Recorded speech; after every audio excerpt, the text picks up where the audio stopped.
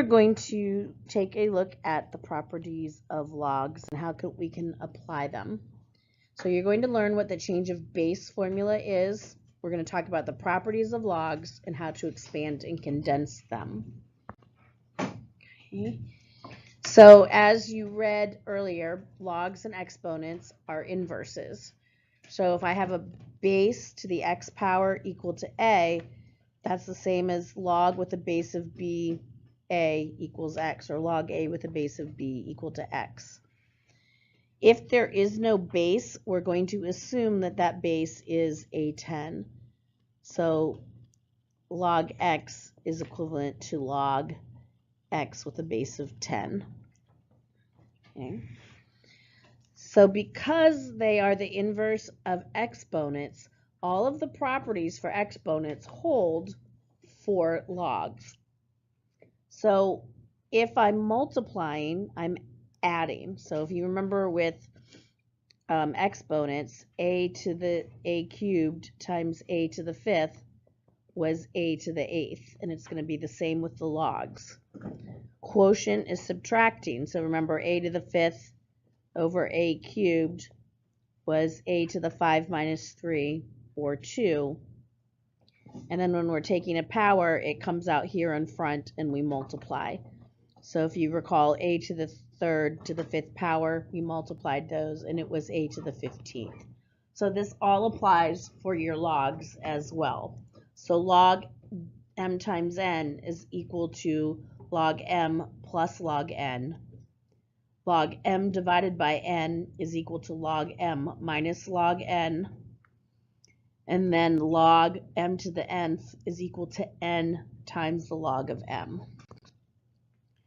So we can use those properties to write each expression as a single log, or we can sometimes call that condense it. So I've got this out in front, so that's going to be an exponent.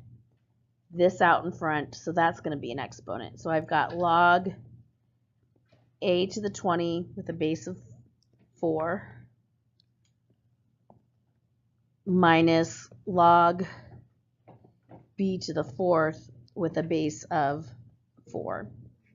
And then because of subtraction, this means that I've got division, and that's going to be written as log a to the 20 divided by b to the 4th, and then it's got a base of 20. And a lot of times you can see that written, or I'm sorry, with a log of 4, base of 4, with parentheses, just to kind of keep it all straight. All right, now we're going to expand this or write it out as one big, or a couple different logs. So the 3 is an exponent. It's going to go out in front, so I get 3 log base of 5 u to the 6th times v. Okay. And now that is going to be written as addition. 3 log 5 u to the 6th plus 3 log 5v. This 6 here is going to come out in front, and we're going to multiply it to that. So I'm going to get 18 log u with a base of 5 plus 3 log v with a base of 5. And that's the same problem. So, all right, so we're going to use the properties of logs to evaluate this expression. So I'm going to write it as one log. So it's going to be log 96 over 16 with a base of 2. Okay, and 96 over 16, when I divide that, is 6.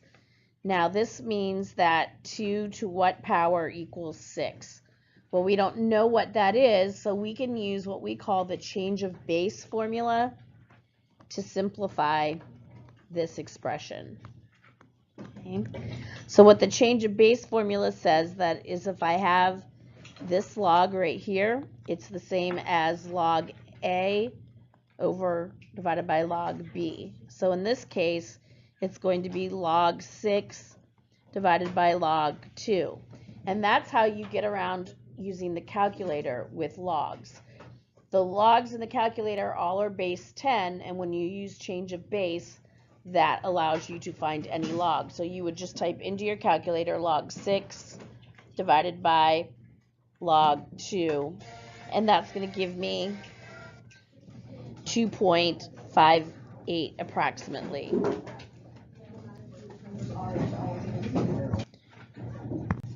All right, so now we're going to use the properties of logs to find the value of the logarithm indicated without a calculator. So log 3 to the 10/3, I'm going to rewrite as subtraction. Log 3 with a base of 10 minus log 3 of 3. Okay, so log 3 of 3 is going to be 3 to what power equals 3, which is 1. So anytime your base and this are the same, the answer is 1. We're given that log 3 of 10 is 2.1, and if I subtract that, this is approximately 1.1. In the second example, we're going to do subtraction again. Log 5 of 7 equals or minus log 581.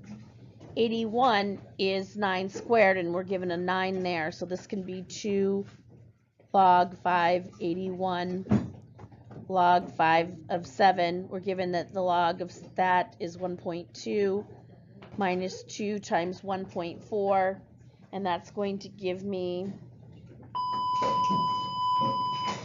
negative 1.6. And that's all I have for today. So have a math-tastic day.